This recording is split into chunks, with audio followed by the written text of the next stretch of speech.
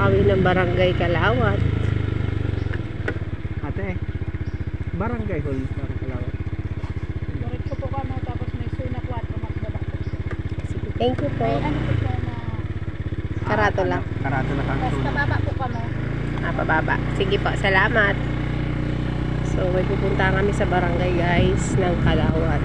Isa to sa barangay ng Pamplona, Camarines Sur. So, this is our first time here. Kaya nagtanong kami. Lip-lip pa siya guys. Actually, kami lang yung nakamotor. Pero, sementado naman na. Nakakalungkot naman yung mga mag-aaral. May elementary kaya dito. Kalawat. Kasi, paano kung ma-remote area, mapunta ako sa pagtuturo ng Kalawat. Pagtuturo ka. Ang layo ng lalakarin. Papasukin mo. Ayan, may daw. Masyadong layo guys. Pupuntahan namin. Pababa daw. Zone 7. Zone 4 daw sabi niya eh. Oh, yun tama. Zone 4. Pababa daw. Mali po yung daan namin kasi paakyat na. So, dapat bababa kami.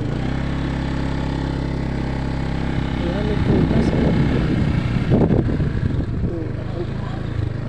Rough road guys. Rough road.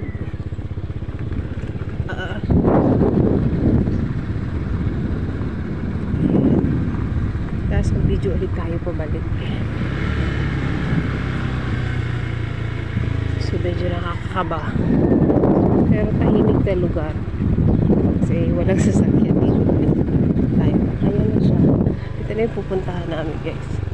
Yung barangay hall na Kalawat, Pamplona, Camarines Sur.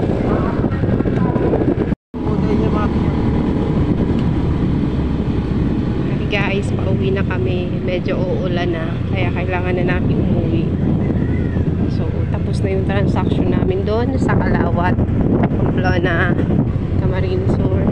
Nag-offer lang po kami ng ano, ng speech. Wala ba?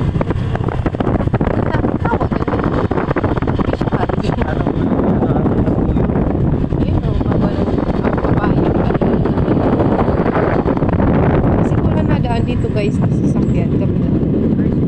Tricycle lang. Walang jeep, walang truck, walang bus, diba? Parang nung panahon lang guys. Nung panahon nga may nadaan ng jeep sa kapasa kapag nasa ano, ito lip-lip. Tapos press ko yung hangin. Kahit magabulang kayo ng Alan. Ayan. Hindi pa napapalitan. Siya yung mga officer? Hindi na siya about kapitan na. Zone 2 yan. Zone 2 officer.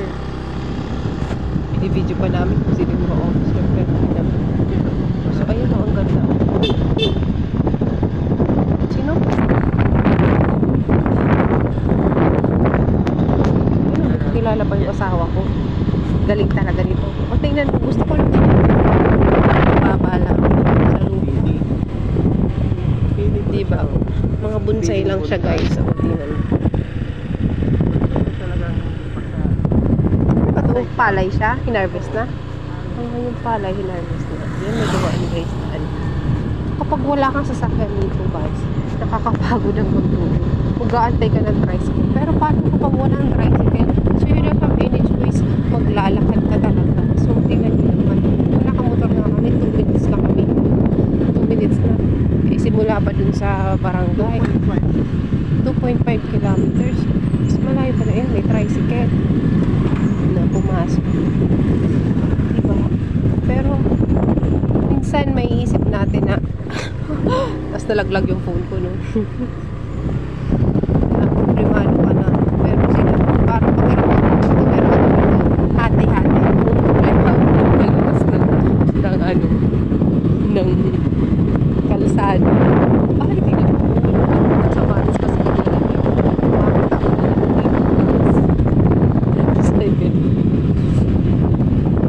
tapos yung kung problema ka dito kapag may emergency, yun. Kasi, syempre, especially kapag buntis ka, nagle-labor ka na, wala yung sasakyan, wala pa yung asawa mo, nasa sugalan, o kaya umiinom, nandun sa peryahan, sa ako, magiging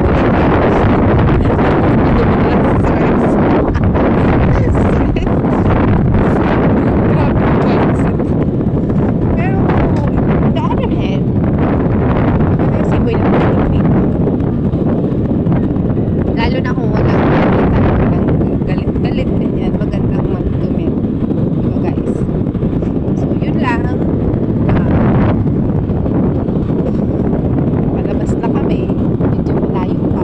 Pero, at least, nakapagkala na naman kami ni Bossing Jefferson. Iniwan namin yung maliit na. Oh, may tricycle guys. Sabi ang boss. Ali dyan sa Indo, mayo ka man. Sige. Ali yung kanawat. Ito kasi ang galing-galing ng mga ganyan bagay guys. Tapos pag nilolong ko na. Oh, susunod naman siya. Sige. Ang sarap ng bigay. Sige na nga guys. Babay na. Sundan pa ito mapunta.